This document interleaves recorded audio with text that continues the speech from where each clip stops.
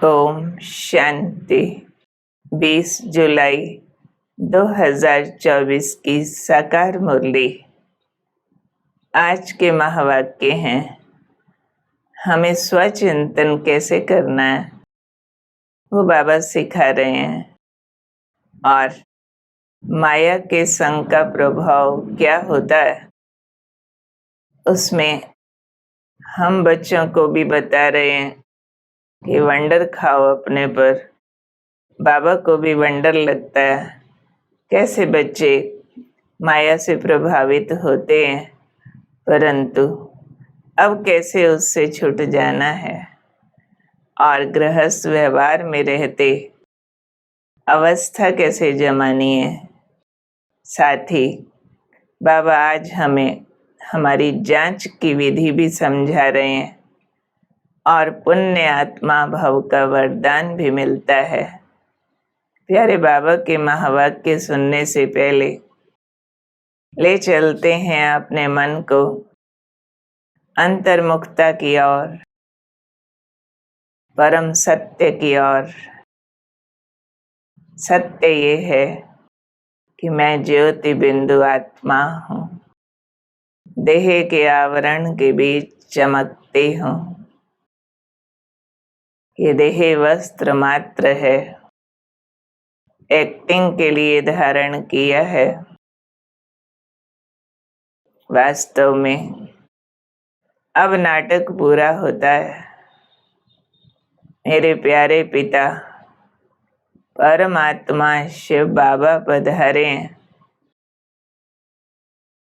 ब्रह्मा तन में और उनके मुखारविंद के द्वारा सतज्ञान दे रहे हैं, जिससे हम आत्माएं फिर से लौट चलें अपने देश।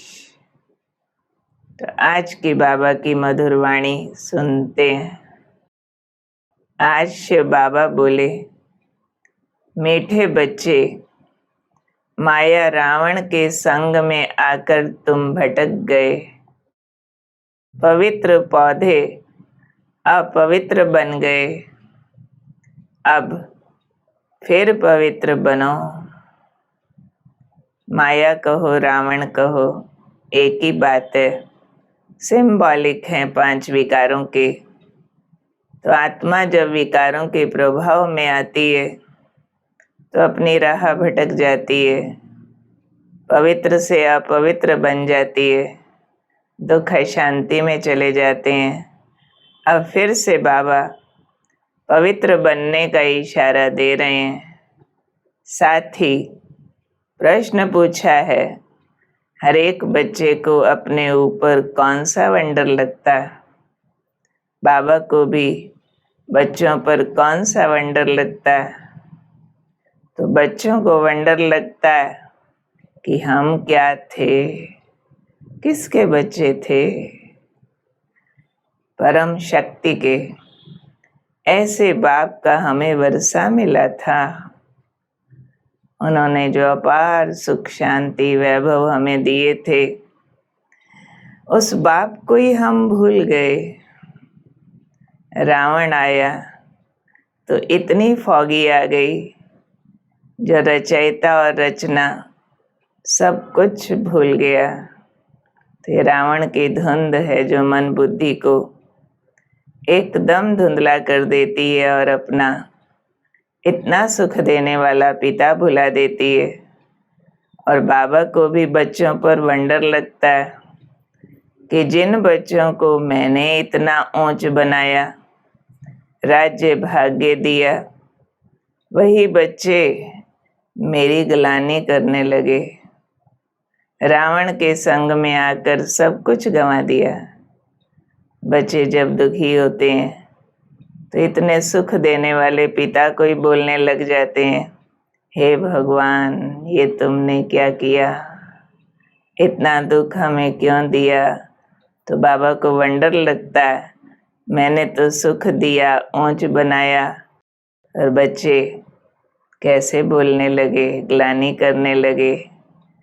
तो आज बाबा हमें स्वचिंतन के लिए कह रहे हैं कि ध्यान दो कि पहले तुम अपरम अपार सुख में थे, अभी अपरम अपार दुख में हो। तो अब बाप कहते हैं कि अब फिर तुम तमो प्रधान से सतो प्रधान बनने चाहते हो, तो मुझ बाप को याद करो, तो सब पाप मिट जाएंगे। जो रावण की फौगी आई है हट जाएगी। तुम शिवालय में चलेंगे, फिर वहाँ ये विष नहीं मिलेगा। शिवालय बाबा कह रहे हैं सतयुग को, जहाँ ये विषय विकार नहीं होंगे जो फौगी लाते हैं। वहाँ गंदा खान पान भी नहीं होगा, वो मन बुद्धि को दूषित कर देता है। तो शिवालय में तो बहुत सुखी रहते हैं। फिर शिव बाबा अपना वंडर बता रहे हैं कि अब बाबा बच्चों की तरफ देखते हैं तो ख्याल होता है कि हमारे बच्चे, जिन्हें हम आज से 5000 वर्ष पहले राज्य भाग्य देकर गए, बड़े आनंद मौज में थे, ये भूमि फिर क्या हो गई है। भारत भूमि का अब क्या हाल हो गया, नरक जैसी हो गई है। कैसे सब रावण राज्य में आ गए, कितने भटके हुए हैं, बिल्कुल बुद्धू बन गए हैं। तो बाप कहते हैं ये है तमो प्रधान दुनिया। एक्यूरेट पुरानी जब होगी तब तो बाप आएंगे ना। तो अभी सच में एक्यूरेट पुरानी हो गई है तो बाबा आए हैं, और इस रथ द्वारा, ब्रह्मा के तन द्वारा हमको पढ़ा रहे हैं, राजयोग सिखला रहे हैं। तो तुम समझते हो हम रावण राज्य में थे, अब राम राज्य में जाने लिए पुरुषार्थ कर रहे हैं। तो ये हमारी समझ अब डेवलप हुई है, जो बाबा ने हमारी बुद्धि को खोला है। तो बाबा माया के संग का असर बता रहे हैं कि अभी तुम यहाँ सत्य के संग में बैठे हो। एक सत्य शिव बाबा परमात्मा, उनका संग, और बाहर कुसंग में जाने से फिर भूल जाते हो। कुसंग माना जिनके अंदर विकार है, अवगुण है, उनका संग। क्योंकि माया बड़ी प्रबल है, इसलिए कहावत है गज को ग्राह ने हप किया। कहानी है भक्ति मार्ग की कि हाथी भगवान का भक्त था, उसको ग्राह अजगर खाने लगा, फिर उसने भगवान को पुकारा। ऐसी कहानी है। तो बाबा कहते कैसे माया ग्राह हप करती है, थोड़ा भी अपना अहंकार आने से, और ही सत्यानाश कर लेते हैं। ये है जैसे ग्राह खाता है अहंकार से, देह अभिमान में आने से अपना ही नुकसान कर देते हैं। रावण आया गोया, इतनी फागी आ गई जो हम रचता रचना को भूल गए। जैसे फागी में मनुष्य रास्ता भूल जाते हैं ना, तो हम भी भूल गए हमारा घर कहाँ है, हम कहाँ के रहने वाले थे।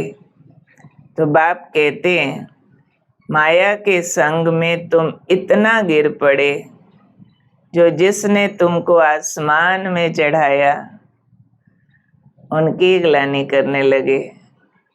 तो ये माया के संग का प्रभाव है। इसलिए बाप कहते हैं ये भी ड्रामा में पार्ट है। फिर जो बच्चे घर गृहस्थ में रहते हैं, बाबा उनको अवस्था जमाने के लिए समझाने दे रहे हैं कि बच्चे तुम अभी रावण राज्य में तो नहीं हो ना, तुम तो ईश्वर के पास बैठे हुए हो। तो इन विकारों से छूटने की प्रतिज्ञा करनी है, क्योंकि भगवान पढ़ा रहे हैं।